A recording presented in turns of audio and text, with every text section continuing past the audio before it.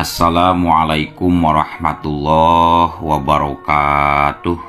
Alhamdulillah wa syukru ala ni'amillah kalayan diwubuh ku qabul anu maha agung, dibarengan ku pang ijabah anu maha kawasa, diiring ku kadeudeuh kanya Gusti anu maha suci.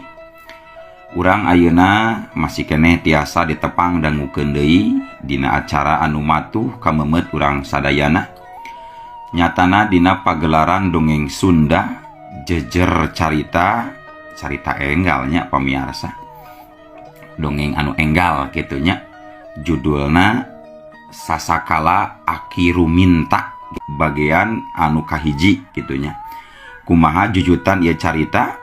Bubukaning carita ieu lalakon hiji jago kolot anu kakoncara gagah sakti mandraguna, weruh sadurung winara anu kiwari geus ampir puluhan tahun ngumbara di lembur Cikoneng, pindahan ti suku Gunung Galunggung nalika eta Gunung Galunggung arek bitu. Sebut bae eta jago kolot teh katelahna Aki Ruminta, umurna geus leuwih ti 100 tahun dina alam harita.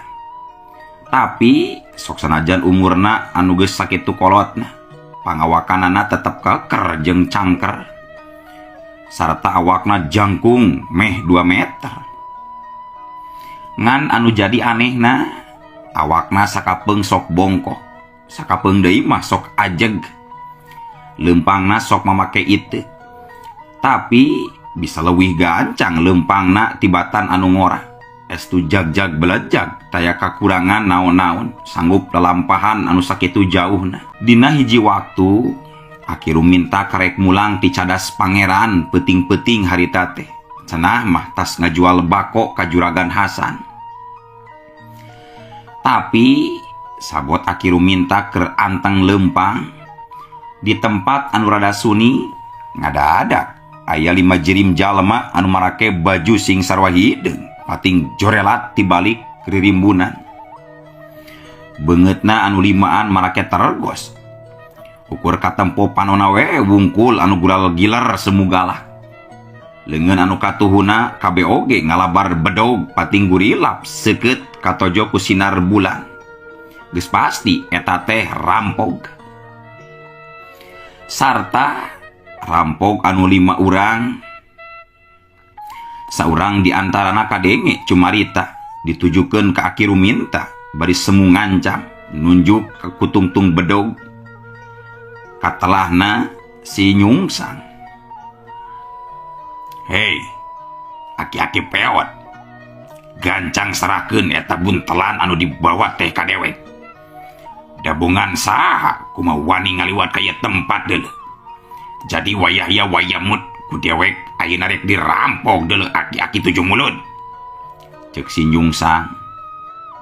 Sedengkeun ari Aki Ruminta mah harita teh dirina tetep tenang, sikapna saprak dipegat jajalaneun ku 5 urang jalma eta pok nembalan.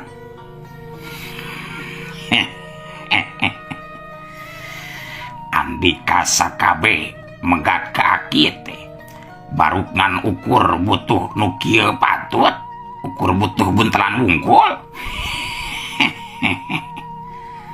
Tembal Aki Ruminta bari seuri nembongkeun huntuna anu masih keneh beres jeung bodas. Nya teu kitu oge aki-aki peot. Sabab dewek oge yakin sanajan eta timbang buntelan, tapi usina mah bisa jadi barang berharga wungkul. Bener teuy. Tempa si Nyungsang bari ngareret kapada baturna anu sarua kabeh terus sareuri ngandung harti. Aki Ruminta kadenge nyarita deui bari ngabagi paneutepna kasih Nyungsang sabalad-balad. Jeung teu ngarasa seber komosieun waktu nempo eta 5 urang jalma bari ngalabar bedog.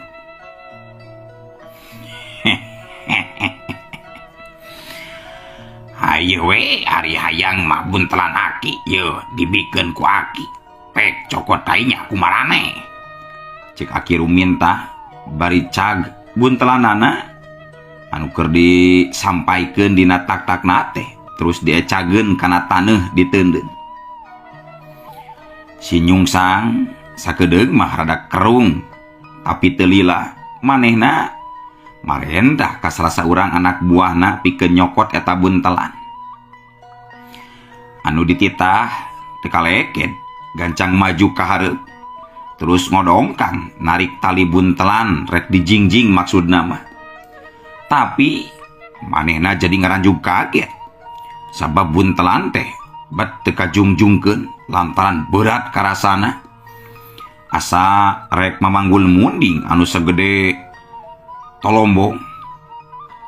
Anu sok padahal mah buntelan teh teu gede, eusina teu pira ukur peti pasagi leutik wadah duit jeung emas. Matak jauh mun seug kudu disebutkeun berat teh. Naon ari nya sebelum gancang geura jingjing eta buntelan teh. Gubuka dieu. Urang buka naon jerona. Lamun alus urang bawa balik sebelum gancang bawa. Cek si Nyungsang rada kesal ongko. Coba kaget nampo si sebelum ngadon nyengir ti beberage harita teh. Berat Kang. Berat teh teu kabawa Kang. Pirakus ya teh. Anu bener sebelum. Manya kitu-kitu wae nyebutkeun berat lain teh. Aslina Kang. Kuring mah teu bohong. Ieu memang berat pisan Kang. Tembal si sebelum bari nyamperkeun deui ka si Nyungsang. Si Nyungsang teu budu ngarasa heran jeung panasaran ku eta kajadian. Gancang marentah anak buah sejena pikeun ngangkat eta buntelan. Tapi si Nyungsang nama tetep cicing ngadon ngupat kayaan Aki Ruminta anu keur mesem merhatikeun kanu keur adu ranggeng.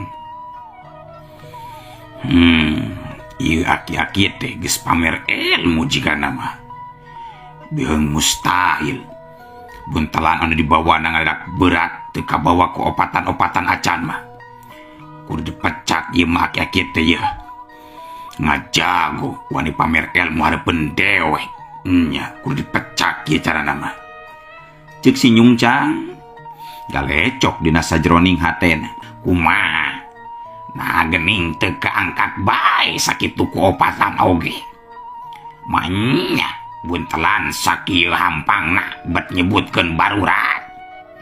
Aki Ruminta ngomong bari ngajewang buntelan anu dipaksa diculkeun ku opatanana. Sabab si Nyungsang kaburu nyuruntul bari babadug tuluy nyarita Ki Ruminta. Halik. Tetela aki-aki teh geus pamer pangabisa anu karek segede sieur ka kuring sakabeh. Da teu apal ilaing aki pewat. Dewek teh dikomplotan gerombolan maung hideu. Anu salila ieu dipika inggis ku balarea deuleu. Ceuk si Nyungsang bari neuteub seukeut ka Ki Ruminta. Duka teh teuing aki mah teu boga ilmu sujang. Jadi naon atuh anu rek dipamerkeun oge. Jeung syukur atuh ayeuna aki bisa ditepungkeun jeung haranjeun sakabeh. Sugan we atuh jadi cukang lantaran panggih jeung aki. Haranjeun teh bakal tobat. Rek ngeureunkeun pagawean rarampok megatan anu ngaliwat. Setan awas. Wani nyarita kitu patut deuleu ka dewek. Moal kaduhung eta ulu ngagelenceng bati omongan Andika anu teu disaring aki pewat. Si Nyungsang sikep jeung caritanana jadi kasar garial sabab kahudang amarahna ku caritaan Aki Ruminta. Ari si Sujang. Nah, bat ujug-ujug ambek kitu ka Aki. Naon salah Aki Sujang? Alah, loba teuing ngalonying maneh teh deuleu aki-aki. Serang sablu euy, serang. Si Nyungsang gancang merek komando ka anak buahna.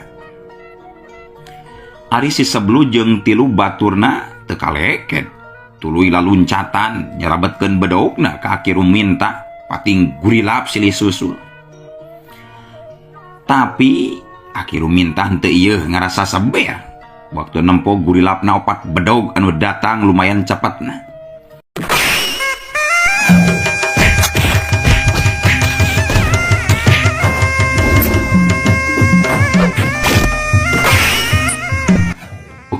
ukur ngagibegen awakna lalaunan. Ngadadak bedog anu datang pating gurilap teh jol haliber katembrag ku angin anu ngahiliwir tiis. Set gurilap gibeg celeng terep. Malah diantarana aya anu terus nancep kana tatangkalan bari kayan kabeh taya perahan sabab tinggaleun dina ceklan leungeun jalma anu bogana. Geus pasti si Sablu sabatur-batur ngaranjuk kaget sabab bedogna jol laleungit tinggal perana wungkul anu dicekel. Acan oge leungit tina rasa kakagetna teu kanyahoan. Aki Ruminta ngahiukeun iteukna kana iga burung si Sablu sabatur-batur pilih genti ngajadikeun opatanana terus tarupuh maring lemah bari utah getih sabab memang nya dibabuk iga burungna teh atuh lain nalaworakeun seakiu ala ede. Si Sablu kadenge pating galerok kaget jeung nyeri nalika awakna pating jarangkang terus rubuh. Nampok itu si Nyungsang jadi ngegeter oge hatena lantaran seber nempok ketakna Aki Ruminta anu sakitu luar biasa hebatna. Tapi demi harga diri rampok era ku anak buah mun seug teu maju nya daek teu daek si Nyungsang terus ngajorela luncat bari ngahembatkeun bedogna ka Aki Ruminta. Tapi Aki Ruminta tetap tenang di tarajang deui teh. Wayana jadi patung heulanannya jang jadi patung. Cek Aki Ruminta ngagerok kitu teh sameme bedog si Nyungsang keuna kana sasaran dina jarak sajengkal deui. Saciduh metu saucap nyata. Cacap Aki Ruminta nyarita kitu randeg. Gerakan si Nyungsang ngadadak kandeg di tengah jalan. Awakna ngadadak jeug-jeug heuras teu bisa digerakkeun. Ukur panon we anu bisa gurar gilar jeung biwir anu bisa ngomong. Nyarita harita si Nyungsang lalak lak dasar ka Aki Ruminta.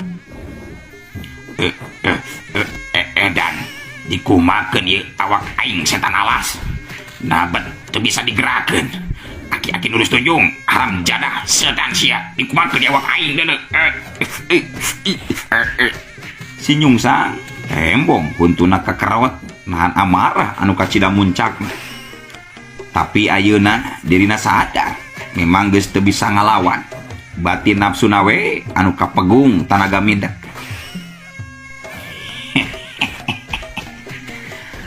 So kainya arek nyarekan naon-naon oge pek teh teuing jang. Ayeuna mah akirek ngeureuyeun di we lumampah kapentingan teuing di jalan ieu teh hampurannya. Bungan marane anu ngaganggu jadi we kitu akibatna. Aki marek mulang Cek Aki Ruminta bari ngabagikeun paneteupna ka si Sablu sabatur-batur anu masih kene pating haragung nahan kanyeri. Getruk sora itu ngagaletruk kana taneuh. Barang jeung lengkahna Aki Ruminta anu leumpang teu malire deui ka si Nyungsang anu gogorowokan minta tulung hayang dibebaskeun tina ilmu patungna Aki Ruminta. Jeung tungtung nama sanggeus Aki Ruminta jauh ninggalkeun eta tempat. Si Nyungsang jadi murang maring ka sakabeh anak buahna lantaran taya nu becus diandalkeun. Jadah setan alas sia sakabeh nu becus diandalkeun geuningan ngadon rubuh ku musuh sahulu. Ada wegunana pisan si hirup teh deuleu setan. Atuh dicarekan kitu mah si Sablu katut anu sejena teu tarima. Si Sablu tuluy ngomong sabab si Sablu anu pang lobana nembak. Kang ulah kitu atuh Kang.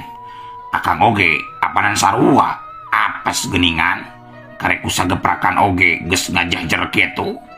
Malah can naon-naon ujug-ujug matung geuningan Kang. Cek si Sablu anu pangheulana bisa hudang tina rubuhna dituturkeun ku nu sejen pating kuniang. Sia mah teu boleh we nembal di omongan teh Sablu. Tapi geus lah, ayeuna dewek minta tulung ka Sileng sakabe euy. Gotong ieu awak dewek bawa ka tempat Ki Jamrong guru dewek. Gancang montong talang ke sia, gancang gotong aing. Nya Kang lah, hayu euy. Ayeuna Kang nyungsang urang gotong awakna, urang bawa, hayu. Gancangna carita, awak si nyungsang terus pada ngagotong ku opatan. Mana nu capek tangtu diaplus sakali sewang. Sedengkeun ari Ki Jamrong teh cicingna nyaeta di leuweung tiis, imahna nanggelang tinu sejen. Imah panggung leutik anu dijieuna ku bilik, hateupna ku eurih keneh. Si Seblu katut sabatur batur ngaharegak sabab capek. Tatuna karugrag deui nambahan rada parna.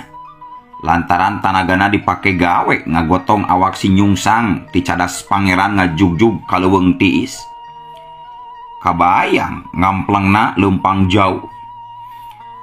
Tutugan ge kaliwatan. Reg kabe ngadareunkeun lengkana pas nepi hareupeun imahna Ki Jamrong. Si Seblu mere komando. Cag si nyungsang badana diecageun sina nangtung di buruan. Si nyungsang kadenge ngomong rada tarikeun, bangun geus teu sabar hayang geura aya anu nulungan. Ki guru, ye kuring datang ye jeung anak buah. Aya teu Ki di jero Ki.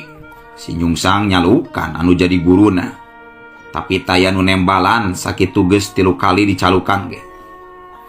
Ngan si nyungsang surti, guruna memang keur eueuh di imah. Tapi dina waktu anu teu lila, sabeulesat kalayang juralit cilekedeg. Harita aya nu datang, hiji lalaki kolot, gerakanana bangun harampang pisan. Turun tina tatangkalan, laju pancuh di pakarangan imahna anu geus ngajarga si nyungsang jeung si Seblu sabatur batur. Nungguan Ki Jamrong anu kakarak datang, bari ngajingjing bugang uncal. Bungahna beheungna katiir ku awi seukeut. Jeung nalika 2 dampal sukuna napak kana lemah, mungguh teu nimbulkeun sora saeutik-eutik acan. Kajeun aya regang garing anu katincak oge. Aya naon sia nyalukan dewek? Nyaho keur ngala uncal dewek teh euy? Aya naon? Ki Jamrong ngomong jiga nu ambek, bari ngabagi paneteupna ka si nyungsang jeung Ki Seblu sabatur batur di barung ku teteupan anu seukeut. Aduh, ieu awak kuring Ki jadi hareuras hese digerakeun Ki Guru. Aya nu ngahaja awak kuring jadi kieu Ki. Aduh, kumaha atuh Ki? Tapi dina kayaan keur kitu ujug-ujug euleuh waktosna kabujeng seep keun atunya. Ieu dongeng teh urang cekapkeun we dugi ka dieu. Insyaallah enjing pageto baris dilajengkeun deui. Atuh ku kituna mamang saja amit mungkur, amit mundur ti payuneun para wargi sadayana. Hayu ah. Assalamualaikum warahmatullahi wabarakatuh.